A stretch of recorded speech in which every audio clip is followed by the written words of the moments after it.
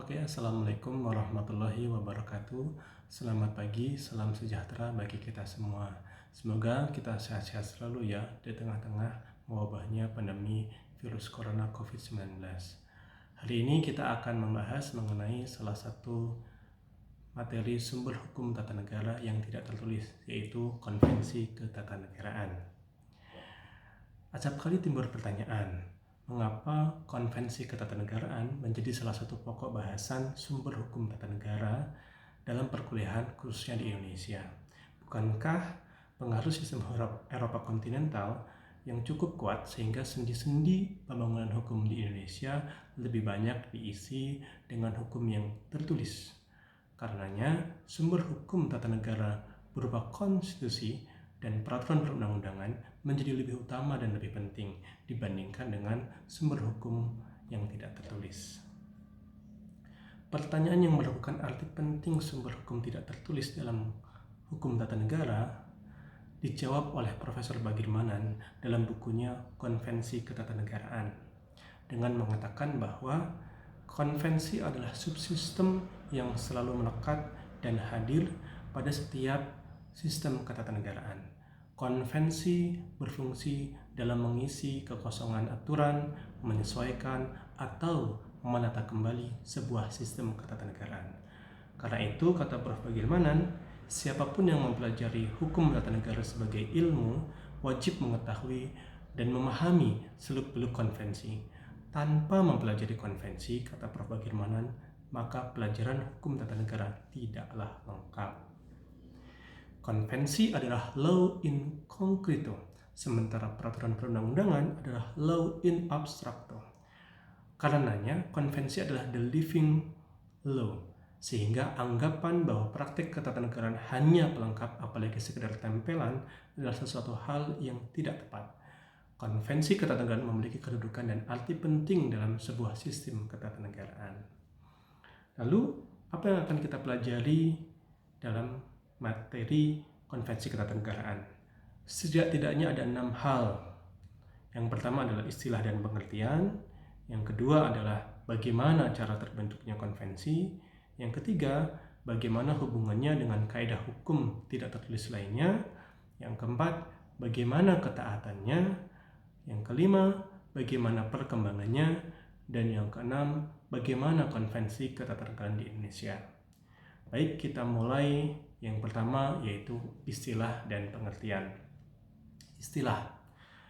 Konvensi atau convention dipergunakan pertama kali oleh Albert van Dijk atau sering kita sebut sebagai Avi Dijk yang menyebutnya sebagai the Convention of the Constitution yang dihadapkan secara vis-a-vis dengan istilah the Law of the Constitution dalam buku Introduction to the Study of Law of the Constitution.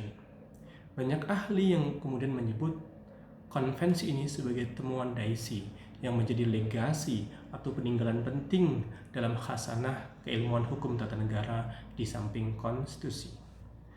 Selain menggunakan istilah convention, Dijk juga menggunakan istilah understanding of the constitution, constitutional ethics, political ethics, dan juga constitutional morality. Beberapa pakar lain juga menggunakan beragam istilah untuk menuju kata konvensi. Misalnya, John Stuart Mill itu menggunakan istilah unwritten maxim of the constitution. Kemudian Anson menyebut dengan istilah the custom of the constitution. Kemudian Prof. Usep Pranuwijaya itu menyebut dengan istilah hukum adat ketatanegaraan. Dan juga ada Abu Daud Busroh yang kemudian menyebutnya sebagai konvensi ketatanegaraan. Dalam khasanah hukum positif kita, di dalam penjelasan UUD 1945 sebelum perubahan juga mengenal istilah konvensi, yaitu hukum dasar tidak tertulis. Nah, itu dari segi istilah. Nah, hal yang perlu diperhatikan di sini adalah konvensi dalam hukum tata negara itu berbeda dengan konvensi dalam hukum internasional yang berkaitan dengan perjanjian internasional. Berbeda pula konvensi dalam kontestasi pemilihan. Misalnya konvensi Partai Demokrat ataupun konvensi Partai Republik di Amerika Serikat pada saat akan menentukan calon presiden. Berbeda pula konvensi dalam hukum Romawi yang berarti perjanjian antar pihak atau antar dua orang. Konvensi dalam hukum tata negara adalah kebiasaan ketatanegaraan yang nanti kita akan bahas lebih lanjut. Karenanya yang perlu diingat bagi siapapun yang mempelajari hukum tata negara, konvensi ketatanegaraan istilahnya berbeda dengan konvensi di bidang hukum lainnya. Jangan sampai kemudian dicampur adukan, jangan sampai kemudian tertukar. Selanjutnya, setelah istilah kita akan mencoba memahami pengertian dari konvensi itu sendiri. Sebagaimana telah disebut, Daisy sebagai orang yang mengenalkan istilah konvensi itu menghadap-hadapkan antara istilah the law of the constitution dan the convention of the constitution. The law of the constitution menurut Daisy tidak lain adalah kaidah hukum tata negara yang mengatur penyelenggaraan negara dan dia dapat ditegakkan di pengadilan. Contohnya adalah Piagam Magna Carta, Bill of Rights, maupun yang berasal dari hukum tidak tertulis dari common law. Sementara the Convention of the Constitution adalah kaidah hukum tata negara yang mengatur penyelenggaraan negara namun tidak dapat ditegakkan di pengadilan. Contohnya adalah pengangkatan Perdana Menteri oleh Raja Inggris yang selalu berasal dari partai penguasa parlemen atau partai pemenang pemilu. Jadi dari pengertian Daisy ini, poin kuncinya adalah the law of the constitution itu dapat ditegakkan di pengadilan, sementara the convention of the constitution itu tidak dapat ditegakkan di pengadilan. Timbul pertanyaan, mengapa Daisy sampai pada kesimpulan atau memproporsikan dua hal tersebut? Apabila kita telisik, terutama di konteks sejarah, maka kita akan bisa melihat bagaimana Daisy membedakan hal tersebut. Tidak lain berangkat dari cara pandang Daisy terhadap sistem ketatanegaraan Inggris. Kita mengetahui ketatanegaraan Inggris sejak Magna Carta pada abad ke-12 telah mengalami evolusi yang membuat pergeseran kekuasaan yang pada awalnya secara absolut ada pada di tangan raja, kemudian berpindah kepada lembaga yang lebih demokratis, yaitu parlemen. Adapun sisa atau residu kekuasaan yang masih melekat pada raja, yang kemudian kita mengenal sebagai kekuasaan prerogatif, mengandung nilai diskresi yang amat sangat mungkin disalahgunakan.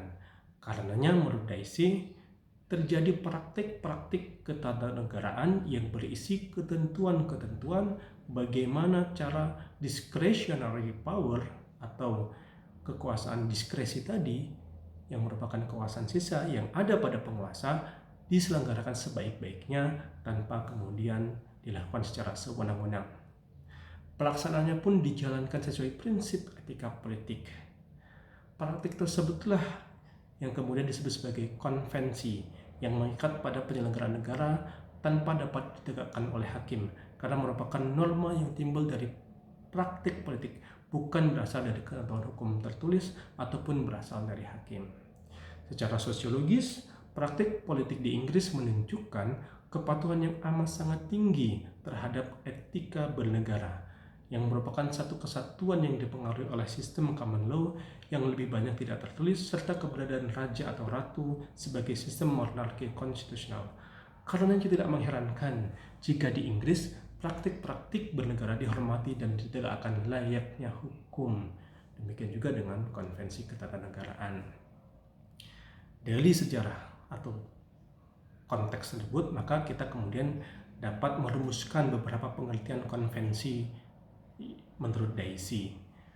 Pertama, konvensi adalah kaidah ketatanegaraan atau konstitusi yang tumbuh, diikuti, dan ditaati dalam praktik penyelenggaraan negara.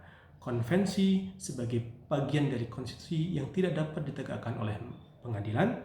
Konvensi ditaati semata-mata didorong oleh tuntutan etika akhlak ataupun politik dalam penyelenggaraan negara. Orang yang melanggar konvensi, ia akan merasa bersalah. Konvensi adalah ketentuan-ketentuan mengenai bagaimana seharusnya discretionary power dilaksanakan. Dalam konteks ini, konvensi adalah legally not binding atau not legally enforceable. Jadi dia tidak mengikat secara hukum, tidak juga dapat ditegakkan secara hukum. Namun demikian, konvensi mengikat secara politik atau politically binding. White and Phillips kemudian mengungkapkan bahwa konvensi adalah ketentuan-ketentuan yang meskipun tidak mempunyai daya paksa secara hukum, namun tidak dapat diabaikan karena diperkuat oleh pendapat umum dan dimungkinkan secara langsung diperkuat oleh hukum. Itu pengertian dari konvensi. Kita beranjak selanjutnya kepada materi kedua, yaitu bagaimana terbentuknya sebuah konvensi. Casey-Ware menyebutkan ada dua cara terbentuknya konvensi. Yang pertama, konvensi bisa berasal dari kebiasaan, yaitu suatu praktik tertentu berjalan untuk jangka waktu yang lama, mula-mula bersifat persuasif, kemudian diterima sebagai suatu hal yang wajib. Yang kedua, konvensi terjadi melalui kesepakatan atau agreement di antara rakyat. Mereka sepakat untuk melaksanakan sesuatu dengan cara-cara tertentu dan sekaligus menetapkan ketentuan mengenai cara-cara pelaksanaannya. Karenanya, konvensi selain tidak tertulis, tadi kebiasaan, dapat juga tertulis karena misalnya berasal dari agreement tadi, kesepakatan.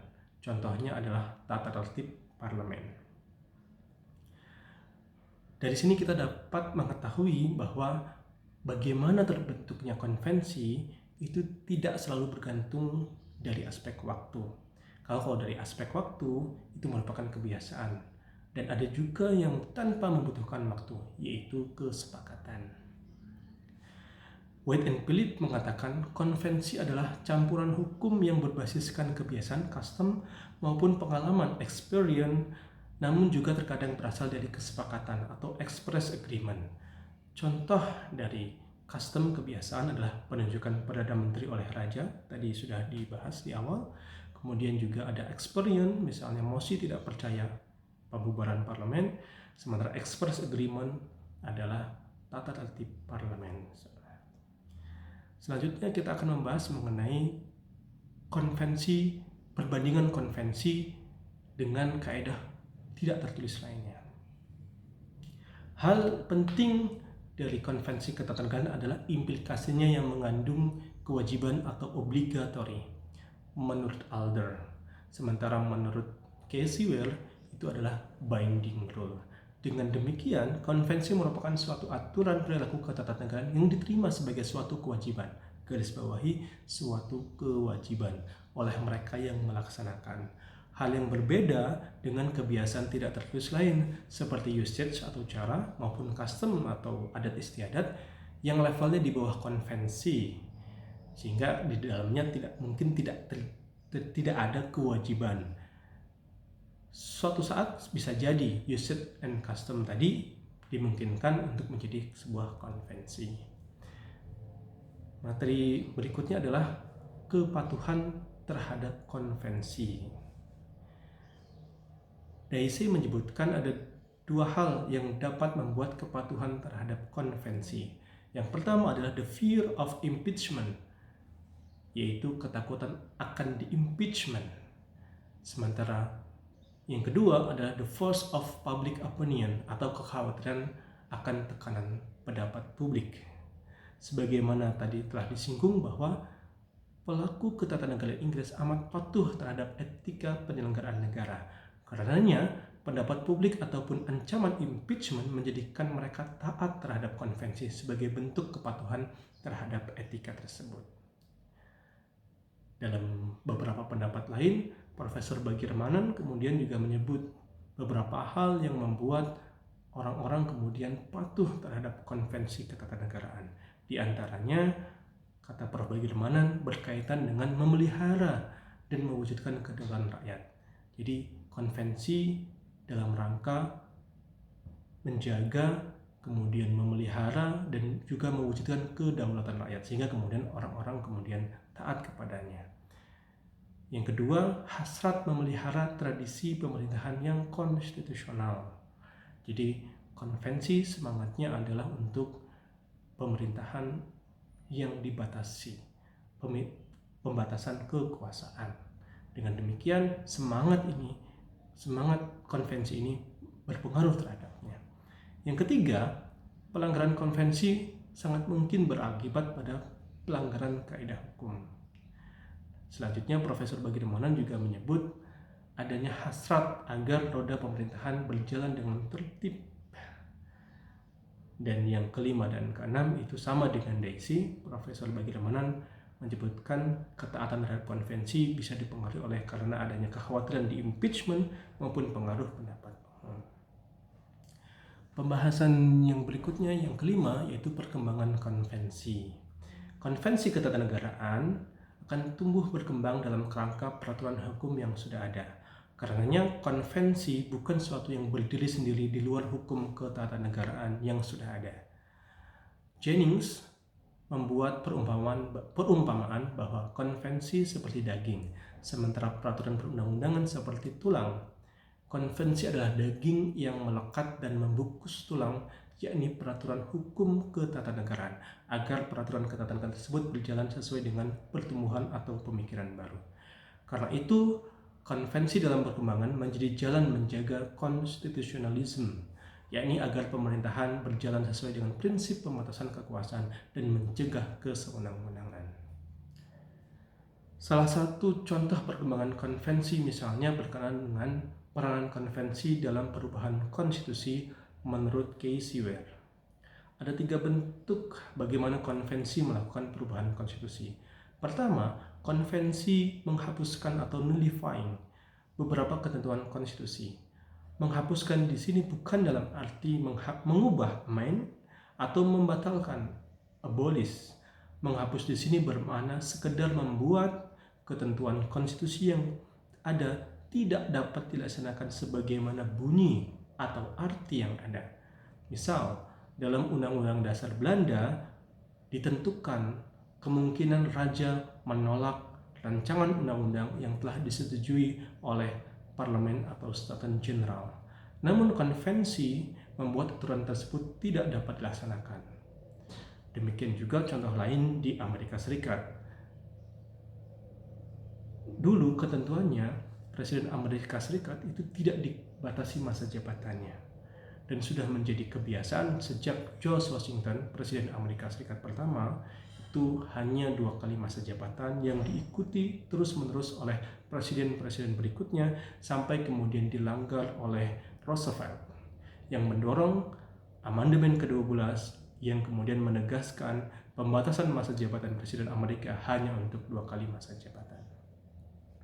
Bentuk kedua bagaimana konvensi mengubah konstitusi, yaitu konvensi mengalihkan kekuasaan yang telah ditetapkan dalam konstitusi.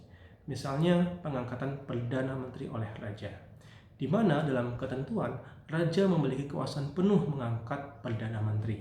Namun konvensi mengalihkan kekuasaan tersebut agar setiap ketua partai penguasa parlemenlah yang diangkat menjadi Perdana Menteri. Contoh lainnya, proses pemilihan presiden dan wakil presiden Amerika Serikat sebenarnya dilakukan melalui pemilihan tidak langsung. Dalam hal ini adalah lembaga pemilih atau Electoral College. Jadi di Amerika Serikat pemilihan presiden itu dilakukan oleh rakyat dengan memilih Electoral College, yang kemudian Electoral College itu memilih presiden. Namun demikian, praktik menunjukkan tidak pernah terjadi Electoral College itu pilihannya keluar dari pilihan rakyat. Praktik ini membuat pemilihan presiden di Amerika Serikat seolah-olah dilakukan secara langsung. Ini bentuk konvensi mengalihkan kekuasaan yang telah ditetapkan oleh konstitusi. Bentuk ketiga bagaimana konvensi mengubah konstitusi, yaitu konvensi melengkapi konstitusi. Misalnya di Amerika Serikat pengangkatan menteri-menteri yang berasal dari beberapa kawasan di Amerika Serikat itu tidak diatur di dalam konstitusi Amerika Serikat, namun dipraktekkan mengingat secara regional maupun historis Amerika Serikat berasal dari berbagai kawasan yang beragam. Nah, perkembangan lainnya adalah konvensi keterenggaraan dapat tidak ditegakkan di pengadilan. Sebagaimana telah disebut tadi, bahwa salah satu kritik dari pendapat Daisy bahwa konvensi itu tidak dapat ditegakkan secara hukum di pengadilan itu mendapat kritik dari banyak pakar lain. Dalam praktik, ada pengakuan hakim terhadap konvensi. Di Inggris maupun Kanada misalnya, beberapa putusan hakim menetapkan konvensi sebagai rujukannya. Contohnya adalah perkara Liversidge versus Anderson tahun 1942, kemudian Padfield versus Minister of Agriculture 1968, dan lain sebagainya. Dengan demikian, konvensi menjadi alat bantu hakim dalam menafsirkan suatu perkara. Praktik perkembangan lainnya bisa jadi konvensi mungkin diserap bahkan diadopsi oleh legislator dalam proses pembuatan legislasi, pembuatan undang-undang. Jadi ada berbagai macam bentuk model. Selain perubahan konstitusi tadi, pengakuan hakim termasuk juga diserap dan diadopsi dalam pembentukan undang-undang. Nah, dalam konteks kebiasaan atau konvensi, itu dapat dipaksakan melalui pengadilan, khususnya di Inggris. Profesor Bagirmanan menyebut setidaknya ada beberapa alasan atau alasan bagaimana kemudian kebiasaan itu dapat dipaksakan melalui pengadilan. Yang pertama, dia harus tidak boleh bertentangan dengan peraturan perundang-undangan yang berlaku atau suatu hukum dasar yang berlaku. Itu yang pertama. Yang kedua, telah ada jangka waktu yang panjang sehingga kemudian menjadi sebuah tradisi atau kebiasaan. Yang ketiga, dipandang oleh masyarakat sebagai sebuah kewajiban. Yang keempat, diakui sebagai sesuatu yang mengikat oleh mereka yang terkena. Yang kelima, tidak bertentangan dengan prinsip-prinsip dasar common law atau sejalan dengan prinsip opinio necessitas dalam sistem hukum Eropa kontinental. Kemudian yang keenam, telah dilaksanakan secara damai dan berkelanjutan. Dan yang ketujuh, mempunyai arti dan ruang lingkup tertentu. Dan yang terakhir, dia proper atau layak, tidak bertentangan dengan hak dan tidak merugikan atau menimbulkan ketidakadilan bagi kepentingan mereka yang berada di luar kebiasaan tersebut. Dari berbagai alasan tersebut, maka sebenarnya sangat mungkin konvensi ketatanegaraan itu ditegakkan melalui pengadilan. Bahasan terakhir kita adalah bagaimana konvensi di Indonesia. Sebagaimana telah disebut, konvensi ketatanegaraan selalu hadir dalam sistem ketatanegaraan, termasuk di Indonesia.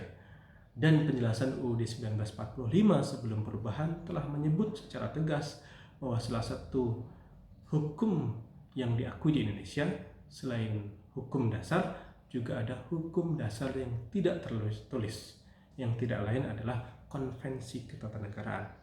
Walaupun penjelasan UUD 1945 tersebut telah dihapuskan pasca amandemen, pasca perubahan, namun keberadaan konvensi tetap diakui seiring perkembangan ketatanegaraan Indonesia. Berbagai contoh konvensi ketatanegaraan Indonesia diantaranya, yang pertama kali terjadi adalah pada saat tidak dilaksanakannya, dalam ini contohnya adalah nullifying, tidak dilaksanakannya pasal 17 UUD 1945. Di situ disebutkan bahwa menteri bertanggung jawab kepada presiden. Namun demikian, karena keberadaan Indonesia baru merdeka, yang membuat keluarnya maklumat wakil presiden nomor X tanggal 16 Oktober 1945 dan maklumat pemerintah tanggal 14 November tahun 1945 yang membuat menteri-menteri tidak lagi bertanggung jawab kepada presiden, melainkan bertanggung jawab kepada Badan Pekerja KNIP. Ini adalah contoh konvensi ketatanegaraan di Indonesia yang pertama. Yang lebih aktual yang selalu terus-menerus terjadi adalah misalnya pidato presiden setiap tanggal 16 Agustus di depan DPR. Pidato presiden ini tidak diatur dalam UUD 1945, bahkan apabila dikaitkan dengan mekanisme pertanggungjawaban presiden itu tidak bertanggung jawab kepada DPR. Namun demikian, karena telah terjadi kebiasaan bahwa presiden harus berpidato pada tanggal 16 Agustus di depan DPR yang dimulai sejak Orde Baru dan sampai sekarang tetap dilaksanakan. Dan ini dapat dianggap sebagai sebuah kewajiban di mana presiden harus kemudian berpidato di depan DPR setiap tanggal 16 Agustus. Contoh yang lainnya adalah agama yang dianut presiden dan wakil presiden di Indonesia. Ini menurut Profesor Bagirmanan juga termasuk dalam konvensi ketatanegaraan. Dan contoh yang lainnya adalah pertimbangan regional pemilihan presiden dan wakil presiden maupun pengangkatan menteri. Karena Indonesia cukup luas sehingga pertimbangan pengangkatan berdasarkan basis regional tersebut cukup dapat menjadi perhatian dan dapat menjadi konvensi ketatanegaraan. Baik, itu adalah 6 pokok bahasan konvensi ketatanegaraan. Ini adalah pokok-pokok saja sehingga kemudian bagi mahasiswa yang sedang mempelajari mudah-mudahan bisa membaca lebih dalam dan kemudian mengembangkannya. Ada tugas bagi Anda dalam konteks konvensi ketatanegaraan ini, yaitu Anda diminta mencari dan menganalisis konvensi ketatanegaraan Indonesia selain yang telah disebutkan, baik yang berasal dari praktik kebiasaan yang berulang maupun express agreement, serta beberapa putusan pengadilan yang merujuk konvensi sebagai dasar pertimbangannya. Demikian materi konvensi ketatanegaraan ini, semoga bermanfaat dan sehat selalu. Wassalamualaikum warahmatullahi wabarakatuh.